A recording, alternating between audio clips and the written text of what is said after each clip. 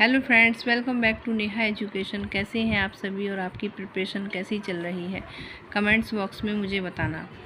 आज भी मैं प्रोटीन से रिलेटेड कुछ क्वेश्चंस लेकर आई हूँ, तो हम स्टार्ट करते हैं। क्योंकि कुछ क्वेश्चंस रह गए थे, मैंने देखा था, और 2-3 दिन से मैं वीडियो प्रोवाइड नहीं कर पाई थी क्योंकि गर्मी बहुत पड़ रही है और मेरी तबीयत भी ठीक नहीं थी। तो आइए हम अब प्रोटीन के क्वेश्चंस को स्टार्ट करते हैं। आप भी अपने स्वास्थ्य का ध्यान रखिएगा सभी, और आपको मेरी वीडियो हेल्पफुल लगती है तो लाइक कीजिएगा, शेयर कीजिएगा, सब्सक्राइब कीजिएगा। और बहुत अच्छा लगा कि मेरी वीडियो में 80 व्यूज़ हुए। 80 मतलब बहुत खुशी होती है मुझे कि मेरी वीडियो मतलब आप लोगों के लिए हेल्पफुल हो रही है। क्योंकि एक भी मेरा गाइस या मेरा फ्रेंड जो भी है मेरी वीडियो को देखता है तो मुझे बहुत खुशी होती है। तो आइए हम स्टार्ट करते हैं, देर नहीं करते हैं क्योंकि टाइम वेस्ट नहीं करना है हमें और रेगुलरली पढ़ना है। तो आइएगा देखते हैं। प्रोटीन पदार्थ के संगठन में कौन सा अमीनो अम्ल नहीं पाया जाता है? तो कौन सा अमीनो अम्ल नहीं पाया जाता है? लाइपेज नहीं पाया जाता है। प्रोटीन की द्वितीय संरचना को किसने खोजा और बताया कि प्रोटीन की पॉली पेप्टाइड श्रृंखला 2 प्रकार की होती है? तो ये 1984 में लाइनस पॉलिंग ने बताया। इस खोज पर उन्हें वर्ष 1954 को कौन सा पुरस्कार मिला था? तो उन्हें नोबेल पुरस्कार मिला था। प्रोटीन में पाए जाने वाले तत्वों का अवरोही क्रम में कौन सा है? तो पहले कार्बन, ऑक्सीजन, नाइट्रोजन, हाइड्रोजन और सल्फर है। ये अवरोही, जैसे कि इंग्लिश में आपने पढ़ा होगा असेंडिंग, डिसेंडिंग, आरोही, अवरोही, तो ये होता है।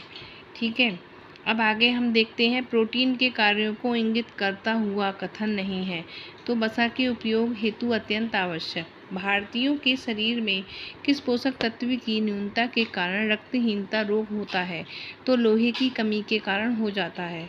अधिकांश भारतीयों को आहार में किन पोषक तत्वों की कमी पाई जाती है? तो प्रोटीन की कमी पाई जाती है, विटामिन की पाई जाती है और खनिज लवण की पाई जाती है। यूरिन में प्रोटीन आना किस बीमारी का मुख्य लक्षण होता है? तो ये बकरिया रोग का लक्षण होता है। खाद्य पदार्थ में नाइट्रोजन की मात्रा के क्रूड प्रोटीन में परिवर्तित होने का आकलन करने के लिए रूपांतर गुणांक है 6.25। निम्न खाद्य पदार्थों में प्रोटीन की गुणवत्ता बढ़ाने के लिए प्रोटीन संपूरक कार्य के सिद्धांत का प्रयोग होता है। तो ये यूजीसी नेट में आया था, 2014 का क्वेश्चन है ये। तो देखिएगा, संपूरक कार्य सिद्धांत का प्रयोग होता है इडली, मिस्सी, रोटी और सब्जी, पुलाव और मठरी और खिचड़ी। तो ये हमें मतलब ऐसे ही क्वेश्चन पूछे जाते हैं, तो इसमें हमें ये देखना है कि क्या आंसर इसका ठीक है। तो आंसर मिलेगा हमें इसका क्या? 1 है इडली, 2 है मिस्सी रोटी और 5 है हमारा खिचड़ी। प्रोटीन की संरचना किसने दी थी? तो पाउलिंग ने प्रोटीन की संरचना दी थी। शरीर का कितना प्रतिशत भाग प्रोटीन से बना होता है? तो ये 15% बना हुआ होता है। प्रोटीन की इकाई क्या है? तो ये अमीनो अम्ल है। ऊतकों के आकार का निर्धारण कौन सा प्रोटीन करता है? तो ये इलास्टिन करता है। आनुवंशिक लक्षणों की नियंत्रित कौन करता है? तो हिस्टोन प्रोटीन करता है। कपास में कौन सा प्रोटीन पाया जाता है? तो गोसिपिन प्रोटीन पाया जाता है। प्रोटीन का नामकरण किसने किया था? तो मूलन ने प्रोटीन का नामकरण किया था। देखिएगा, कंफ्यूज नहीं होइएगा, जो क्वेश्चंस आए हैं वही मैं रिपीट कर रही हूँ। कितने प्रकार के अमीनो एसिड में से मिलकर प्रोटीन का निर्माण होता है? तो 20 अमीनो एसिड को मिलाकर होता है। रेशम में कौन सा प्रोटीन पाया जाता है? तो रेशम में फाइब्रिन प्रोटीन पाया जाता है। प्रोटीन की सर्वाधिक मात्रा किसमें पाई जाती है? तो सोयाबीन में प्रोटीन की सर्वाधिक मात्रा पाई जाती है। प्रोटीन में कार्बन की मात्रा कितनी पाई जाती है? तो ये 50 से 54% पाई जाती है समथिंग। प्रोटीन में ऑक्सीजन की मात्रा कितनी पाई जाती है? तो ये 21% से 24 % समथिंग पाई जाती है। प्रोटीन में नाइट्रोजन की मात्रा कितनी होती है? तो 13 से 16% होती है। प्रोटीन में हाइड्रोजन की मात्रा कितनी होती है? तो 7% होती है। और ये समथिंग में है, यानी कि लगभग में आया है। प्रोटीन में सल्फर, फास्फोरस, लगभग लोह तत्व की मात्रा कितनी होती है? तो 7 से 5% समथिंग होती है। ह्यूमन बॉडी की सबसे छोटी इकाई क्या है? तो देखिएगा, कोशिका है। और कोशिका से ऊतक मिलकर बनते हैं, ऊतक से अंग मिलते हैं, और अंग से अंग तंत्र बनता है, और अंग तंत्र को मिलाकर हमारे जो शरीर का ढांचा है वह तैयार हो जाता है। शरीर के आंतरिक क्रियाओं को नियंत्रित करने वाला पदार्थ कौन सा है? तो विटामिन है। हेरिंग, मैकरल और सालमन तथा सार्डिन मछलियों में क्या पाया जाता है? तो विटामिन ई पाया जाता है। डॉक्टर MS स्वामीनाथन द्वारा कौन से खाद्य वर्ग की अनुशंसा की गई? तो 11 खाद्य वर्ग की अनुशंसा की गई।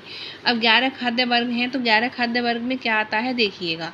11 खाद्य वर्ग में कभी कभी आ जाता है कि 4 हमारे ये जो 11 है इनमें से 4 दिए हुए होंगे और 4 कुछ और दिए होगा, तो ये असर से वो जो आता है क्वेश्चन नेट में जो छांटने के लिए आता है, तो वैसे ही इनमें से अगर हमें सारा ये याद होगा 11 खाद्य वर्ग, तभी हम उसको सॉल्व कर पाएंगे। तो पहला क्या है? अनाज एवं ज्वार बाजरा, गिरियाँ और तिलहन, दालें, फलियाँ, फल, सब्जियां, दूध और दूध से निर्मित सामग्री, अंडे, मांस, मछली एवं अन्य प्राणिज पदार्थ। 9 में आता है वसा और तेल। 10वें में आता है मिर्च और मसाले।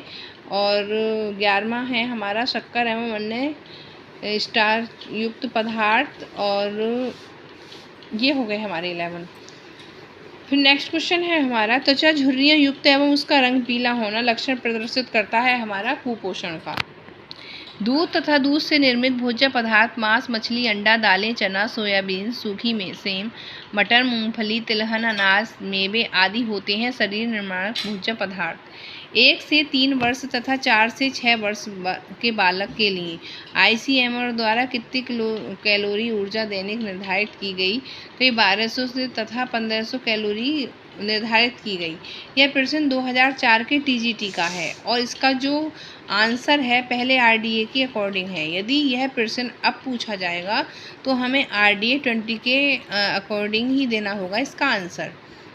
ठीक है, तो हमें देना होगा क्रमशः मतलब जैसे कि 1200 था तो इसमें है 1010 तथा 1500 था उसमें, तो इसमें है 1360 कैलोरी।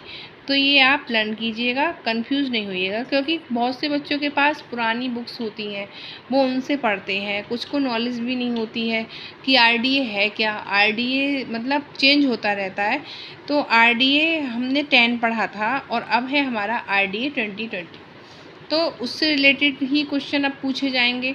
और कोई बच्चे अगर ये वाली बुक पढ़ रहे होंगे जिससे मैंने ये क्वेश्चंस को लिखा है, तो वो गलत ही टिक कराएंगे। तो बता रही हूँ कि RDA 20 के अकॉर्डिंग ही हमें उसका आंसर देना है। जल द्वारा पकाने की विधि को कितने भागों में बांटा गया है? तो ये 3 भागों में बांटा गया है, उबालना, धीरे धीरे उबालना तथा धीमी आंच पर पकाना। नीचे के बर्तन में पानी डालकर तथा ऊपर छलनी या कोई कपड़ा बांधकर खाद्य पदार्थ रखा जाता है, जिसे कहते हैं वाष्प द्वारा पकाने की प्रत्यक्ष विधि। प्राणिज भोज्य पदार्थ और वनस्पति भोज्य पदार्थों द्वारा क्या प्राप्त होता है? तो प्रोटीन प्राप्त होता है। भोज्य पदार्थों में मिलावट से होता है कुपोषण। भूनने तथा सेकने का प्रयोग किस विधि में किया जाता है? तो वायु द्वारा पकाने की विधि में किया जाता है। भोजन पकाने की 4 विधियां होती हैं, ये मैंने नोट कर दिया है क्योंकि ये क्वेश्चन में नहीं था, तो मैंने फिर भी नोट कर दिया है कि भोजन पकाने की 4 विधियां होती हैं।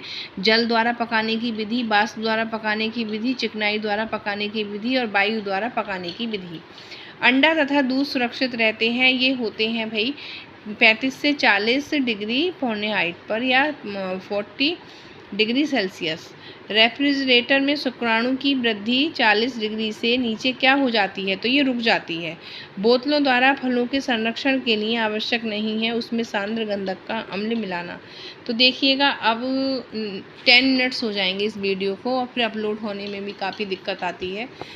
और बस इतना ही है आज का ये वीडियो। और एक बार फिर कहूँगी, सभी से कहूँगी कि अगर मेरी वीडियो आपको पसंद आती है, अच्छी लगती है, तो उसको लाइक कीजिएगा, शेयर कीजिएगा और सब्सक्राइब कीजिएगा मेरे चैनल को।